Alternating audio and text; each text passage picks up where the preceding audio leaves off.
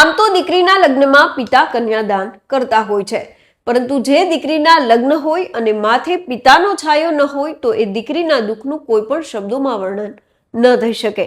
પરંતુ ઘણી વખત લોહીના સંબંધ કરતા લાગણીના સંબંધો વધારે મજબૂત હોય છે. આવા જ કોમી એકતાના દ્રશ્યો હાલ જોવા મળ્યા છે, જ્યાં નંદિની નામની હિન્દુ દીકરીના લગ્ન અબ્દુલ ખાન નામના વ્યક્તિ કરાવવાના છે. એટલું જ નહીં, લગ્નમાં પિતા તરીકેની દરેક ફરજ પણ નિભાવશે અને કઠણ કાળજુ રાખી દીકરીને સાસરે પણ વળાવવાના છે. આ લગ્નની કંકોત્રી હાલ સોશિયલ મીડિયામાં ખૂબ વાયરલ થઈ રહી છે. નમસ્કાર, આપની સાથે હું મમતા ગઢવી અને ચારે કોર જેની પ્રશંસા થઈ રહી છે એવા અનોખા લગ્નની વિગતે વાત કરીએ. વાત ગુજરાતી પર. જ્યાં ન હોય હિન્દુ, મુસ્લિમ, શીખ, ઈસાઈ, હોય તો બસ એક જ હોય માણસાઈનો ભાઈચારો. મધ્યપ્રદેશના રાજગઢના એક લગ્નની હાલ ચારે કોર ચર્ચા થઈ રહી છે અને ચર્ચાનું કારણ છે કોમી એકતા. નંદિનીના બાળપણથી જ માતા પિતા છે તે મૃત્યુ પામ્યા હતા, તેથી અબ્દુલ ખાને દીકરીની જેમ નંદિનીને ઉછેરી અને હવે હિન્દુ વિધિ મુજબ તેના ધામે ધૂમેથી લગ્ન પણ કરાવવાના છે.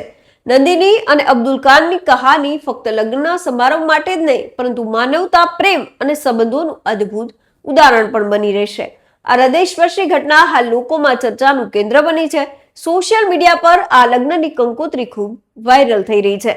આ લગ્નને લઈને અબ્દુલ ખાને જણાવ્યું હતું કે નંદિની તેમના માટે એક દીકરી સમાન છે. લોહીનો સંબંધ નથી, પરંતુ પ્રેમ, જવાબદારી અને પોતિકાપણાની ભાવના સાથે અમે નંદિનીને દત્તક લીધી હતી અને પોતાની સગી દીકરીની જેમ તેનો ઉછેર કર્યો છે. પોતાની દીકરીને અબ્દુલ ખાન આજે હિન્દુ વિધિ વિધાન મુજબ છે તે લગ્ન કરાવવાના છે અને દીકરીને સાસરે પણ વળાવશે.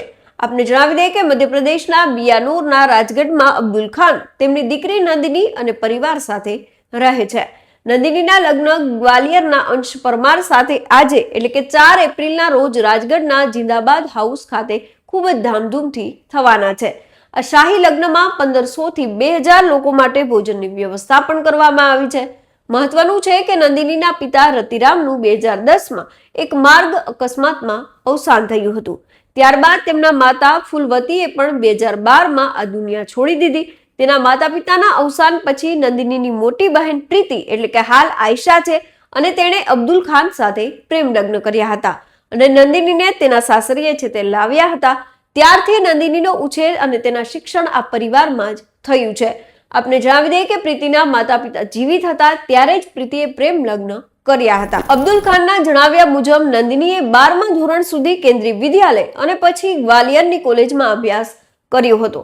કોલેજ દરમિયાન જ નંદિની અને ગ્વાલિયરના રહેવાસી અંશ પરમાર વચ્ચે મિત્રતા થઈ, જે પાછળથી પ્રેમમાં પરિણમી.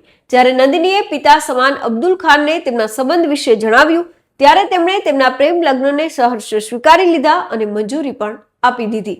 આજે તેમના લગ્ન હિન્દુ વિધિ વિધાન મુજબ થવાના છે. આ લગ્નમાં દરેક ધર્મના લોકો દીકરીને આશીર્વાદ આપવા માટે પહોંચ્યા છે. ત્યારે આ લગ્ન અનેક લોકો માટે પ્રેરણારૂપ છે. થોડા સમય પહેલા આવા જ કોમી એકતાના દ્રશ્યો મહેસાણામાં પણ જોવા મળ્યા હતા, જ્યાં શહેરના નાગલપુર કસ્બા વિસ્તારમાં ભાઈચારાના અતૂટ સંબંધોની આ હૃદયસ્પર્શી ઘટનાની ખૂબ ચર્ચા હતી. જ્યાં એક હિન્દુ ભાઈએ પોતાની મુસ્લિમ ધર્મની બહેનના સંતાનોના લગ્નમાં 1 લાખથી વધુનું મામેરું ભરી માનવતાનો સંદેશો આપ્યો હતો. સામાન્ય રીતે તમે ક્યારેય ફિલ્મોમાં આવા દ્રશ્યો જોયા હશે, પરંતુ રિયલ લાઈફમાં આવા દ્રશ્યો જોવા મળ્યા હતા. જો વિગતે વાત કરીએ તો મહેસાણાના કસ્બા વિસ્તારમાં રહેતા સુલતાના બીબી અને વડોસણ ગામમાં રહેતા સુલતાનજી ઠાકોર વર્ષો પહેલા તેઓ સાથે કામ કરતા એ સમયે પરિચય થયો હતો અને ભાઈ બહેનના પવિત્ર અતૂટ સંબંધના બીજ પણ રોપાયા હતા.